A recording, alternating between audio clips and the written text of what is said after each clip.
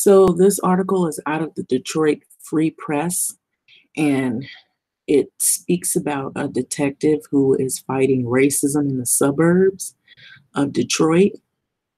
And this actually was an incident that actually occurred, and they did um, a few articles. There's several articles about this. The detective fights racism in the suburbs where shots were fired at a black kid. And I don't know if people are familiar, some may be and some maybe not. But there was an incident where some kids went to, well, I'll just read the article and maybe that will ring a bell as to what happened. So the detective fights racism in the suburbs where shots were fired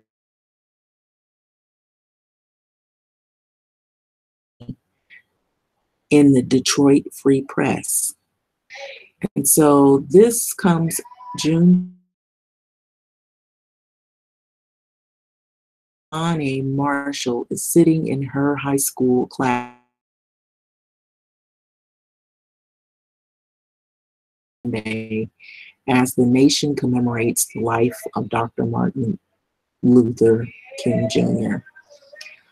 A classmate who surely learned his attitude from adults suddenly says, "Let's kill off 4 more like him and get a week off." So the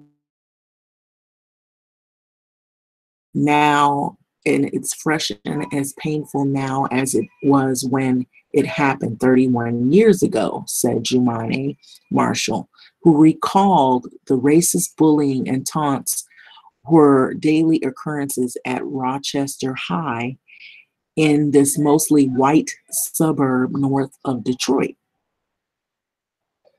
So when a white firefighter fired a 12-gauge shotgun at a black child who knocked on his door seeking directions to school, it didn't floor her. So I was surprised at how flagrant the incident was, she said. I wasn't surprised at the hate that fueled the behavior.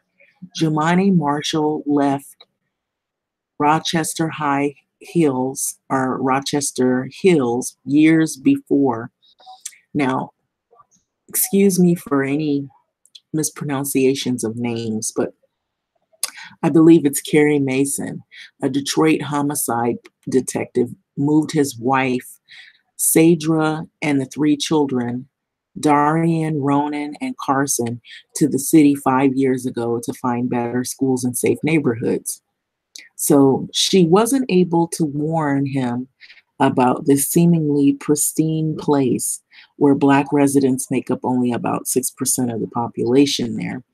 So here in Metro Detroit, where we still debate the origins of the 67 uprisings and across a nation that just commemorated 50 anniversaries of Robert F. Kennedy and Dr. Martin Luther King Jr.'s assassination.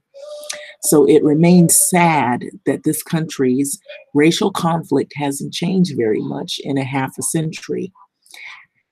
Evidence mounts that racial discord is rising, from President Donald Trump, attacks on immigrants, to 2 Starbucks customers being arrested for sitting while black, to Roseanne Barr's racist tweets about an Obama appointee, to the 8 white racists boldly running. Now, I've done some coverage on that as well. There's 8 white openly racists that are boldly running for national office on platforms of hate. So here is pictured the Detroit detective. He's a police detective. His name is Kerry Mason at right, and his son is in the background. His name is Ronan. He's 14 years of age at their home in Rochester Hills on Thursday, 24th, 2018. So here he is pictured here. And so he does the work of trying to fight racism. Let me bring the picture up again. Seems like a nice little quiet area. So I lived my entire life in Detroit, Mason said. I got on the job and bought a house before the bottom fell out of the housing market. And so when the bottom fell out, instead of being surrounded by my colleagues, I was surrounded by the people I had been arresting who changed the locks and moved in overnight. So my wife would call in the middle of the night and say, "There's shooting in the back of the house," he recalled. So and my sons couldn't play in the front yard, and we got a dog. Instead of the dog deterring them, they were trying to take the dog. So Mason had enough. So I moved to Rochester Hills because while I was protecting everyone inside the city, when issues would arise near my house near St. John's Hospital, nobody could go check on my family, he said. So, and the educational system was such that we need to look for something else. And for a moment, we found it in the University Preparatory Academy, a celebrated charter school. And that's what's going on here. Even in the LA County, there's a lot of charter schools that have popped up. And so I can, relate to what this guy is talking about. So, and it did well, but people continue to try to break into his house. So we decided to leave and we followed public education. And one of the best areas of the public education in the state was the Rochester Hills area. So that is where we went. And so that might shed some light as to why some African Americans that will live amongst, like in a, more of a, how would you say, an urban area to begin with. And but then you're faced with the hardcore decisions. Is it safe to live here? What about my kids' education? And if you're a concerned individual and adult and you're concerned for the livelihood of yourself, your family, your kids, you make these hard decisions. While you don't want to be coined as the sellout, you want to have a good life. You want to have a good education for your kids. So you make the choices of moving to schools that you think are going to be able to educate your kids and give them the education they need to go further in life and become productive citizens. You're also going to want to live in a neighborhood that you don't have to worry about your dog being stolen or your house being broken into. And so these are some of the reasons why some people will move away from areas they feel are going to be a threat to their livelihood. So within days, going forward, however, the eldest son came home and said that the best friend he had made would play with him only when no other white kids were around. So this is a huge problem. And I'm reading this article because in the Black community, people who, if you do finally get, a occupation or a career where you're able to move into a nicer environment and send your kids to a nicer education school, you're still faced with something. You're still faced with racism. And that's the sad part. It's like, okay, so you live in an area where it's more diverse, but it could be an area that where nobody looks out for one another. There's a lot of maybe a higher level of crime or things that will happen. And then you move to an area you think, oh, it's ideal. It's you have a nice home. You don't have to worry about your dog being stolen, and your kids are going to possibly get a good education. But at what cost is that going to be? As being a person of color, now you're confronted with blatant racism. And so this is the problems that people of color often face. And so another time, it goes on to say, Mason was pruning his bushes in the front yard, and a white lady walked up and asked if he'd do her yard next. And so these are the things that pretty much happen. And so I've never been welcomed to the neighborhood formally. So I didn't expect that, he said. So this is him pictured here, the Detroit police detective and Rochester Hills resident Kerry Mason, who holds his arm up for a question that is never answered during the Rochester Hills City meeting on Monday and 23rd, 2018. And so you see the people that are sitting far behind him, they're not sitting close to him. You notice that? They're sitting far behind him, and it's almost as if he's alienated, and it's because of his race, simply because of his race. And so I have dealt with this as a woman of color. It's not only the race, it's also the gender. Um, because of being a woman, women should be quiet, just seen, sometimes not even seen, but just seen and not heard. You're not intelligent enough. Things that I've experienced as a person of color. Black people are uneducated, or if they did get educated, that somebody felt sorry for them and gave them a handout. They got a break. Affirmative action. You're labeled. If you look a particular way, oh, she's dumb.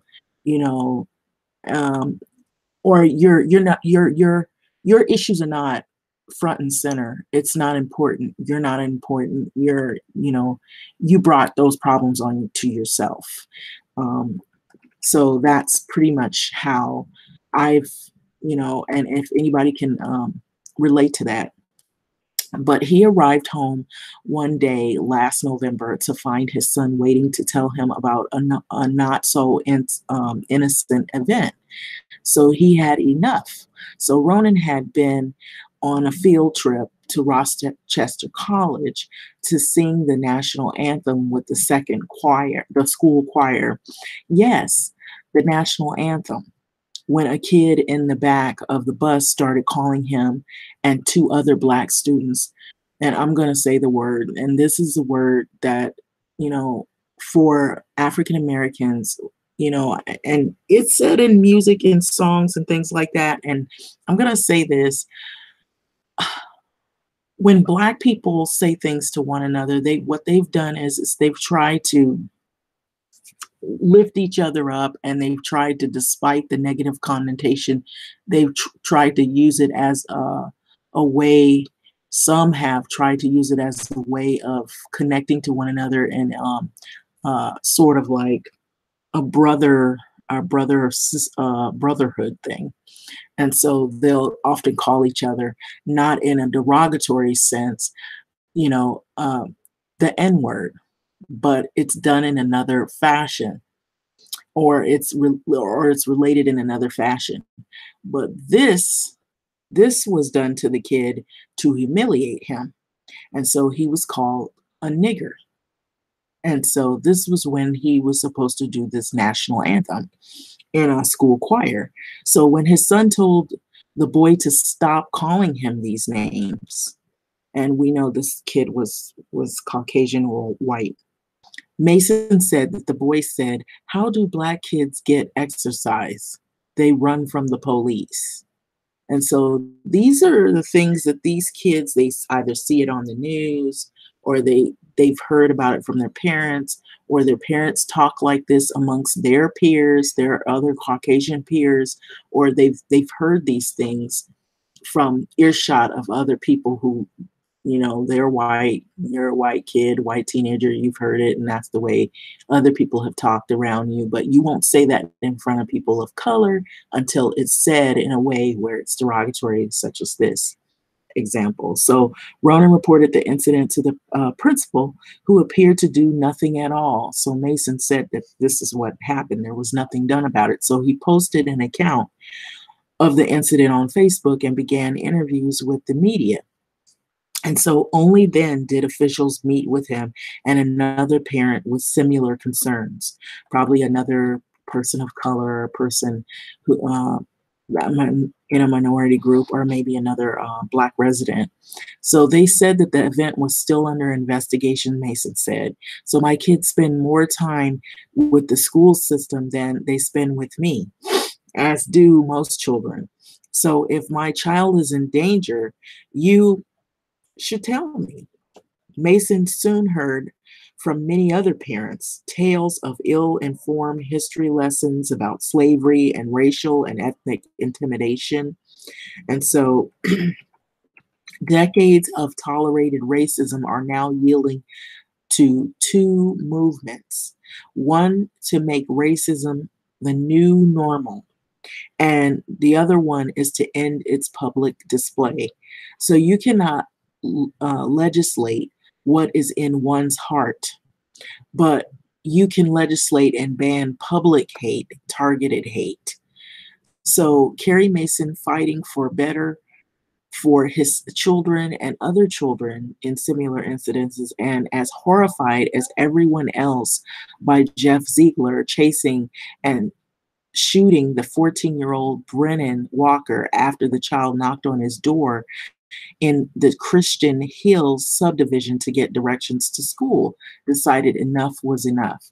So he became more than a police officer, a father and a husband and an amateur photographer who mentors young boys, but he also became an activist. He uses his activism, a one-man civil rights machine, firing off letters to the school superintendent, cultivating relationships with other activists and groups, and even running for Rochester Community Schools Board, all to push for change. He and another parent, Jessica Jupta, co-founders called Peers, Parents for Educational Equity in Rochester Schools, which joined forces with GRAIN, Greater Rochester Area Inclusion Network, and RAIN, Rochester Area Interfaith Network. That's a lot of acronyms for a town with only 75,000 people, and only 6% of them are African Americans. It reminded John Telford, a former deputy superintendent of Rochester Community Schools, of himself. I admire Carrie's immensely, Telford said. So he's a homicide detective, photographer, and he's got balls, I tell you. So he's doing the same stuff I was doing, which he shouldn't have to do at all. This is 2018, people, and look what's happening. It hasn't really changed. It's evolved and it's dressed up. And this is what I've said in previous videos, that racism has not gone. It's evolved. It's on the rise. The hatred, the bitterness, the ugliness, which could contribute to also suicide. You know, people feel the feeling of hopelessness. You know, contrarily, this Detroit police officer, he feels the need to be more active and to be an activist and to push for change, to be more inclusive of people. Just it doesn't matter what skin color. He wants people to understand this is the feelings that people in the African American community have always had to deal with, the things that we've always had to combat, some of the issues that we face. It's like, you know, we've been told to pull up our bootstraps because we don't try hard enough. And then when you do well and you earn gainful career, and if you become educated and you're able to move into a nicer environment, who are you moving around and what are you going to be welcomed with? Racism. After you've attained everything. And then, you know, some African Americans who have served in the military still are confronted with racism. There's no respect because your skin color is different. You're darker, or you're from a different culture or background or group. And so it goes on to say that they shot my house up for hiring a black principal and teachers, he said. So they were a bunch of bigots out there who were absolutely incensed at what I was doing. So they didn't like that he hired principals and teachers who happened to be African American. And so I don't know if I've touched on this, but I've noticed there's an increasing amount of schools when you go outside, even outside of certain cities. If you go into other cities, and I'm going to say this, Pasadena, certain places I've been, there's other schools even outside where if you look at all of the teachers, you notice that most of them are white. And you'll see maybe one lead teacher that is black, one or two. You can count on your hand, on two hands. And then all of the people who are not black, there's so many of them getting hired. And, you have all these people who have just as much education and maybe more, and they can't get in these jobs. They can't get in these jobs. And you got to wonder, is some of this because it's selective racism, where they hire another group of people versus we're not going to hire black people because of the fear that we're going to teach them probably, you know, a bit of a knowledge that maybe is not shared in other classrooms. It's almost like, you teach this Western history, you teach about white history, and don't teach about Black history. And I noticed that. As an educator, I noticed that. And I'm going to be honest and say that I've noticed that a lot. It has is actually increased, and it's really sad. And so that actually gives room for more hate and more racism and more ignorance and bigoted beliefs. So it goes on to say that the current superintendent, Robert Shaner, appears to be as understanding as Telford Super was. So he had already created a diversity committee long before the shooting and before the incident with Mason's son. And so, but Carrie Mason had made him work faster. So November is when Mr. Mason went on Facebook, and he and I had extensive conversations. Shaner said, we had been moving down the road, and then the shooting happened, and that made the conversation far more intense. So I think this is an issue that exists all over the country, and it does. I agree with that, Shaner said. So and I don't think we're immune to it, but we want to do the hard work to end it. So the district investigated the incident involving Mason's son, and the guilty boy was disciplined, he said. So he declined to say how, citing privacy issues, but he said he was working on a zero tolerance policy against racism. And for him, he said that the issue is personal. So I have two children of a different race, Shaner said, of his kids who were Asian, one of whom was Asian, and they're experiencing things sometimes they don't even tell him about it because kids are afraid that they're going to get beat up if they were, tell on another kid who's picking and bullying on them. So they keep a lot of it to themselves. So this is extremely personal and important work for me.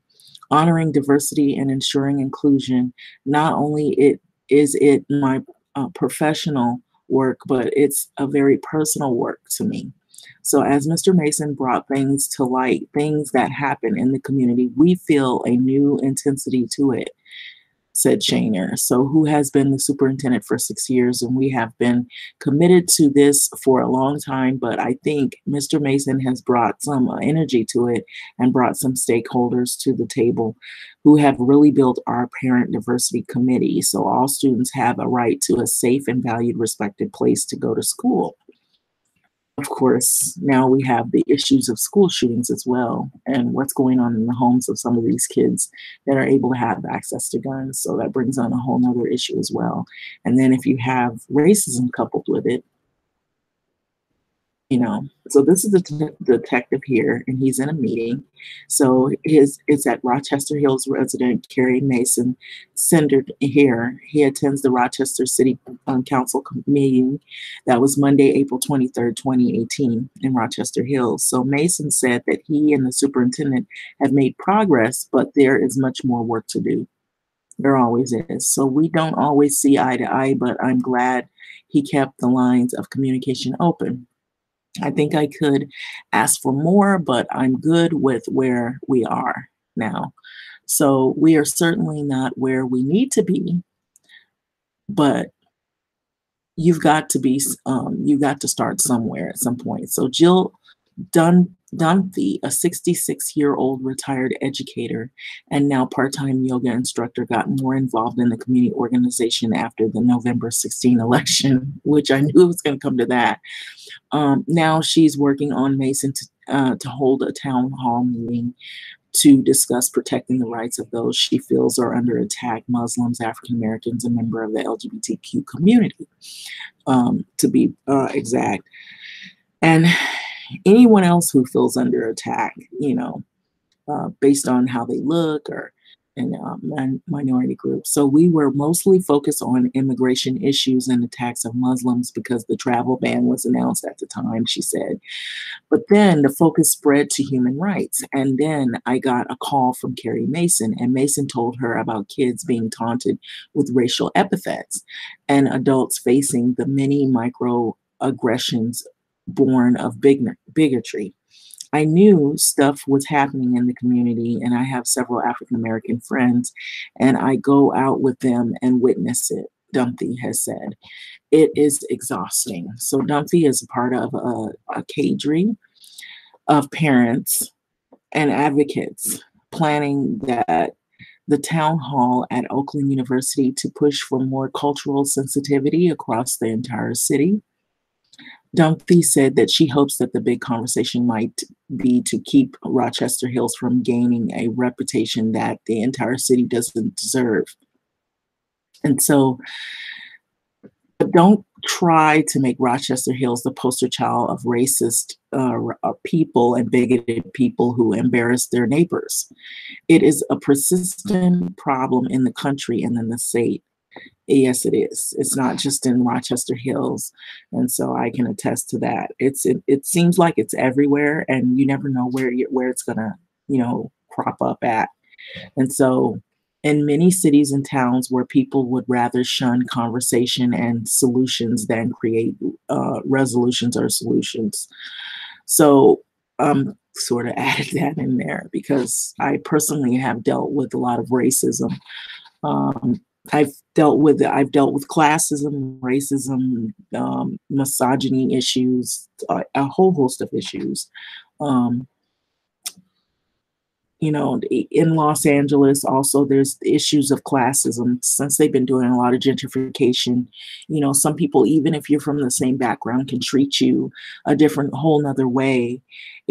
Sometimes if you look a certain way, or if you drive a certain car, or if you're not driving a Mercedes or a BMW, they look down on you. Some people can be like that. Or if you dress a particular way, even though you may have a job and you may be educated, they don't know that from when they see you straight out. When they see you, they just assume, oh, she's not wearing Gucci or Louis Vuitton, or she's not wearing heels, or she's not all dressed up or decked out, so she must be a lowlife or on welfare or whatever. And so people get labeled just by people looking at you. They assume things that they don't even know anything about you. And so sometimes it can be that, and then other times it can be your race. People look at you, that's a person of color. We're not going to listen to her issues. It's not important. It's going to be the same stuff we've heard before. It's not even important. We don't even want to hear it. So they won't even acknowledge you when you go to those meetings, like what happened to this guy in the beginning when I started off, how you notice how everybody else was sitting in the back and he was kind of like off to himself, alienated. So it goes on to say that Rochester Hills Mayor Bryant Barnett speculated as a successor to the Oakland County Executive L. Brooks Patterson, if Patterson ever steps down, knows it is a problem that has created the mayor's diversity and inclusion advisory committee and begun conversations with those in the community facing discrimination. So Carrie Mason has been one of the loudest voices, said the mayor. And so he speaks out, and there's always somebody that feels the need to speak out about these issues and talk about them candidly. I guess, such as me, I'm really informative about different things, and I speak out via social media, but there's a lot of other people that speak out in other ways. I think there's probably challenges in every community, which I agree with, Barnett said. So I don't think in Rochester Hills it is more pronounced than anywhere else. But I think it gives us opportunity to take a look at the situation here locally, not to figure out whether there is or isn't a problem, but to figure out what we can do if it is not where we want it to be. So Barnett decried the shooting incident that peeled another layer of Rochester Hills off another layer of that place. So it just kind of highlights when you hear about these incidents happen in certain communities, it makes people look at that and they're like, well, who all lives in those communities? And then automatically it gives it a bad name. It right away it says that's a bigoted community, or that's a community of hate, a lot of race hate, and then it deters people from wanting to be around people like that because you fear that that's what you're going to get when you go in those type of places, and then you're also going to be targeted in other ways. You're going to be deterred from, like, if you try to rent in that community or you try to buy a house in that community, that they're going to price it higher because they're doing things to intimidate you so that you won't live in that community. And then if you do live in that and you're able to live in that community, this is what you're going to face. And so, but he said that there was a silver lining, what he saw in a larger community, in the larger community. So he had 100 individuals contribute a GoFundMe page to show that they care about this young man. And it says that they're willing to put money where their mouth is, and it is a louder message about who they are rather than the one individual who used the ridiculous judgment as such as that guy did when the boy wanted directions to the school and he shot at him. And this was a firefighter that did this.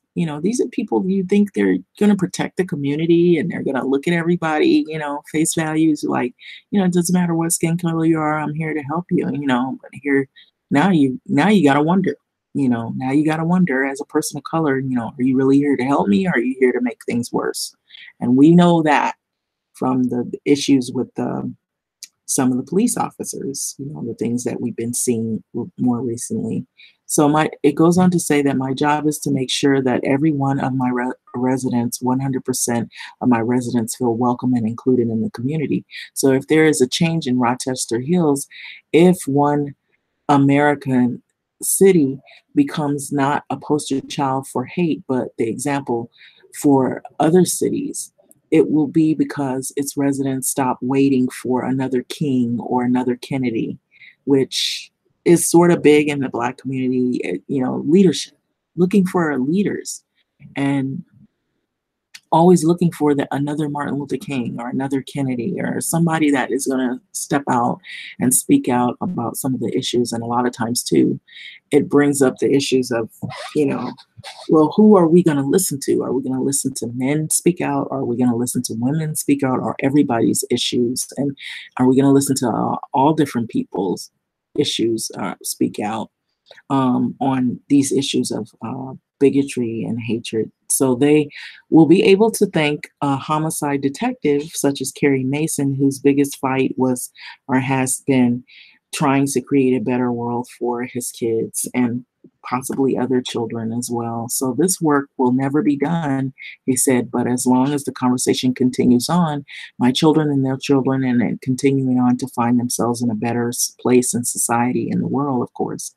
What I hope comes out of all of this is that we all get a better understanding of each other and all of our children will be better for it. And so I thought this is an important article because there's a lot of issues surrounding racism. So I just wanted you to see sometimes, people don't understand when they come from another culture if they are not considering themselves Black or at all. They often think that we're talking about, just the police shootings, but there are other forms of racism that you wouldn't believe, and bigotry and prejudices that people of color have dealt with. I can tell you some of my stories, just even at work, how, you know, um, and I'm being honest, how African American people are treated as though your voice is not important. what your feelings and your thoughts are not important. What your education level is, you must be lying. You didn't go to college. You don't know anything. You're not smart, and sometimes people don't have to say this. It's how they treat you and what they show. And it can be extremely hurting, and it's very destructive. And sometimes they put you in a position where there's no room for moving up in your career. If you aspire to do something in your life so that you can move up, there's no room for promotion. You're not viewed as being intelligent or having any level of higher um, input um, to catapult yourself. And so you're viewed as such as that you're lower than the others. And so this is a good example right here of a form of racism where they don't have to hurt you, they don't have to shoot you, they don't have to kill you, they don't have to put you in chains and lock you up. They can just be inclusive of you and have this attitude where they delete you. They make you feel like you're unimportant. And so they won't even sit next to you. They don't want you living in their community. They don't want you working with their children as, you know, what you say is not important. I'm going to go to the white teacher because the white teacher, she knows everything. I'm not going to go to the black teachers because they don't know anything. Or the black teacher did it. You did it. Anything goes wrong in the classroom, it's that black teacher that did it. She did it. Now, I'm not saying that that is the case for every situation because I feel if anybody is, just like I've said it with parenting, anybody, if they have issues and they're not good parents, then that could be from any culture. If you have teachers that do things to kids, that could be from any race or background and culture if you're just not good with kids. But it's not limited to just, oh, it's that race. It's that race of people. And so that's the thing. A lot of times African Americans have faced, like when you do move in a neighborhood and you attain career goals and you're able to move into a nice neighborhood. Look at the treatment this guy is getting. You can see this. You can see this. You can see how they've decided, and we're going to sit back here, let him sit up there, and it looks like, oh, he's asking all these questions. Let's just move on. Let's just move on. You know, this is his problem. This is his problem. It's his problem because this community has inflicted it on him, where he feels the need that he has to be an activist because no one else other than people of his, has similar issues will speak out on the issue. And the other people, they feel like it's not their issue. It's a black problem. It's not a white problem. When really it's an all people problem. It's an inhumane problem of treating people with blatant, like there's subtle racism. They don't have to be hitting you. You can end up getting fired for things you don't even know why you got fired. Why your other counterparts, people, in other words, if they're white or they're from another class of people or group of people, and they happen to not be black, they may be doing the same thing or worse, but they're not getting fired. They're not getting written up for those type of issues. But for some reason, the white employees, they're able to get by, as the black employees, they're not able to get by, and they may really have reasons why they had to take, time off, or why they had to, do certain things, or, they're always being scrutinized. You're always being scrutinized for some of the same things that other people should be scrutinized for. They're not. And they really are not doing the right thing. There's other people, I've seen this happen in workplaces where, there are people they're not of color, or they're not black, and they have their friends sign in for them. They're not even at work yet. They are late every day. Or they make up stories, or they leave early, and nobody reports them. But if the black employee, these are forms, I'm just, and examples, things that I have really seen too, where if the black employee is a minute late, that's a write-up, right away. Your whole livelihood is threatened. That one write-up could cost you your whole job. And here you got other people. They've done this multiple times, and they're not been written up, not been scrutinized, not been warned, or not been given any warnings that they could lose their position, and they just keep rising higher and higher and higher. And so there's forms of racism where it doesn't have to be where they're hitting you or they're hanging you or anything like that. And I think this picture says volumes. It says volumes right here. But anyway, this was out of the Detroit Free Press, and the author of this article, or the writer, is Rochelle Riley. This is her pictured here at right. And so I just thought this was an issue to bring out, because a lot of times when you try to explain things to people who are white and they don't understand, oh, racism is gone. This is post-racial world. You guys keep talking about racism. We're not hurting you. We're not shackling you. You're not slaves.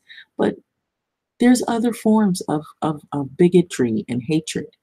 It can be, we're not including this person. We're not sitting next to this person. We're not going to be a part of this. We don't want this person living in our communities. It's his problem. There's ways that people do things where they don't get caught saying the N-word, or the kids are saying it because they hear it at home. They hear it at home. The talk is at home, but the kids come to school and do it to Black children, or they do it to the Black staff, like staffers. They go to the schools and they call the teachers out of their names because they're hearing it somewhere. Where are they hearing it from? But you're supposed to be accepting of this. And so that's why in the article it says that this is supposed to be looked at as the norm. Like, we're supposed to accept it. Decades of tolerated racism. Decaded racism are now yielding two movements: one to make racism the new normal, and the other is to end its public display. And so I don't think people realize that this new normal that they call, this subtle racism, it's something also talked about. It could be why people feel unappreciated, or they feel like tolerate being called out of your name, or to being treated a particular way versus another group. You might be a paying customer just like the other one, but you happen to be Black, so you're treated a different way. So you're handcuffed because they didn't see any money. You've been sitting there for about 10 minutes versus the other person, and not be bothered, not be arrested, police, because they happen to be white, or they happen to not be Black. But the Black person, they must be drug dealing. They must be, somebody that's gonna, steal, or they're gonna start a commotion, or they're looking for it, or they'll try to provoke. Sometimes I've seen where they try to provoke Black customers or to getting upset so that they can film it and make it look like, see, they all act like that. They've gotten you to the point of frustration where you now have to raise your voice because you're not getting, something is not being done, and you're demanding to speak to them. They get the worst end of it. They record the worst end of it, and then they say, see, look at, that's what they are like. And so there's ways that people will do these things. I know personally, like, even some people will even use other Black people to taunt other Black people.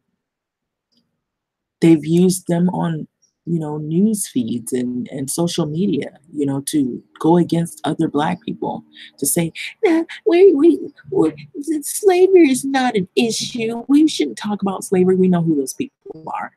But anyway, with that being said, I'm going to leave this article. And this right here, what you're looking at, speaks volumes. This is another form of you're not included. But just look at the body language of this. And so I've been treated like this. I've been treated like this even by religious people who call themselves Christians. And, it's like, what kind of stuff is this? Racism. Racism. It's clear-cut racism. No, he's not getting beat, he's not getting shot by the police, but he's not included. You can see that there's a sentiment by certain individuals that shows you that he's not included. So, and it said under here that his question was never answered. His hand probably would have been raised till it fell off, but his question wasn't answered, and that wasn't by accident. We don't want to hear what Black people have to say. We don't want to hear it. And so that's the feelings and the treatments that we get as African Americans. So I thought this was important. That speaks volumes. And so if you don't understand what this feels like, this picture speaks volumes. This is the way some people get treated simply because of the color of their skin. You're not important. Your concerns are not important. What your values or what you've been going through, that's your problem, not our problem. So that's the way we get treated. And so anyway, with that being said, like, comment, subscribe, and thanks for listening.